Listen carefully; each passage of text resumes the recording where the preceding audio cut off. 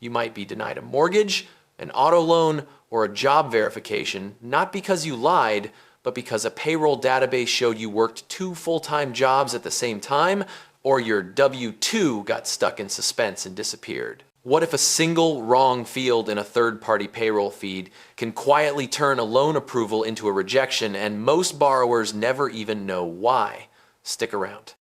In the next several minutes, you'll get a lender-ready 30-day fix kit, emergency 72-hour fast-track scripts, and real case dramatizations that show exactly how to resolve these errors. This channel explains credit and lending mechanics, and today we're diving into one of the least obvious threats to your loan: inaccurate employment and payroll feeds, primarily Equifax Workforce Solutions The Work Number, and payroll processor feeds that underwriters rely on. You'll learn why lenders use these feeds, the exact data mismatches that trigger automated denials, a day-by-day 30-day remediation playbook, ready-to-use scripts for HR and lenders, escalation options including FCRA and CFPB steps, a preventive checklist, and an emergency 7-step fast track to get a manual underwriter to rerun a decision within 72 hours. Quick disclaimer, this is educational only and not legal advice. If you face a denial or suspected identity or furnisher fraud, contact a qualified attorney or file disputes with the furnisher, consumer reporting agencies, and the CFPB as appropriate. Lenders and automated underwriting systems increasingly call third-party employment verification APIs instead of paper pay stubs. Systems like The Work Number integrate directly with loan origination systems such as Blend and Encompass and can substitute for the manual documentation lenders traditionally required. When the feed matches your application, loans accelerate. When it doesn't, underwriting rules often respond in one of 3 ways: additional documentation requests, a manual underwrite, or an automated denial. Equifax publicly markets The Work Number's ability to return employer and payroll lines going back up to 36 months for mortgage verifications. That's powerful because it makes The Work Number a go-to source for quick verification of employment and income. But those same integrations mean a single bad home-based record, a wrong employer name, a truncated W-2 line, or an impossible overlapping hire date is amplified across many lenders. Would you rather prove your income with 2 phone calls or spend weeks chasing broken payroll feeds? Most borrowers choose the first, but only if the data is right. Coming up, the 5 most common data triggers that silently kill approvals. Here are the 5 errors that commonly trip automated underwriting systems or underwriting rules. First, a wrong employer name or employer identification number. If the feed returns a different company name or employer ID, automated systems flag inconsistency and it can look like a completely different job on your report. Second, suspense or truncated W-2 lines. Payroll processors sometimes place W-2 data in a suspense file, which yields incomplete year-to-date wages. Underwriting rules compare reported income to YTD wages, and a big variance can generate immediate denials or heavy documentation conditions. Third, hire or termination date errors.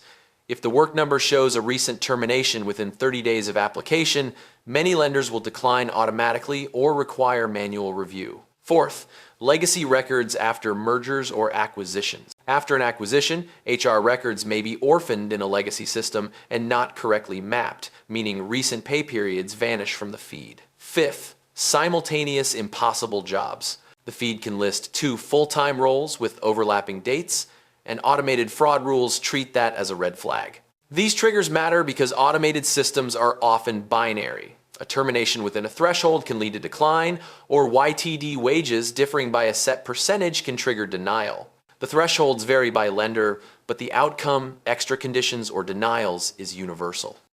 Now, 3 real micro cases with exact fixable steps.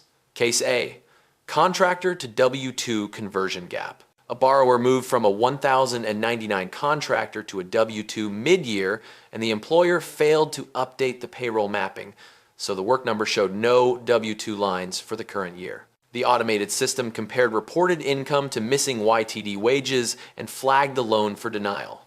Fix: Day 0, pull your The Work Number consumer file. Day 2, get a signed HR conversion letter and 2 months of pay stubs. Day 3 through day 7, Submit a dispute to the payroll vendor with the exact employer ID, missing pay periods, and the HR letter.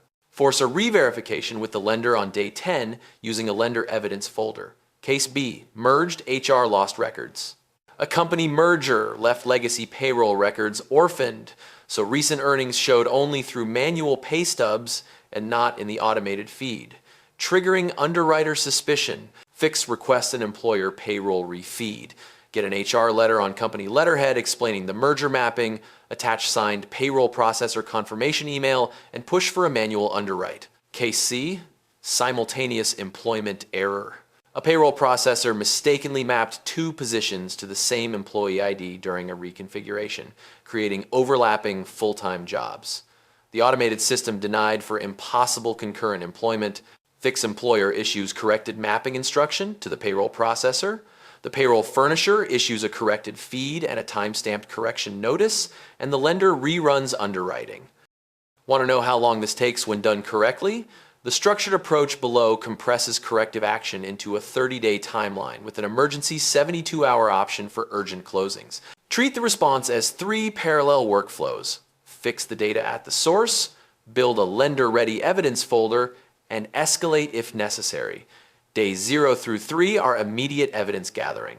Pull your The Work Number consumer report right away and download any payroll feed, screenshots, or loan origination system error messages you received. Gather W-2 seconds, 2 months of most recent pay stubs, a signed HR letter on company letterhead confirming current employment, title, hire date, pay frequency, and year-to-date wages. If possible, pull your Social Security Administration earnings record online as backup. Days 3 through 14 are employer and payroll vendor corrections. Send a precise dispute package to HR and the payroll vendor. Include a printout of the problematic The Work Number page.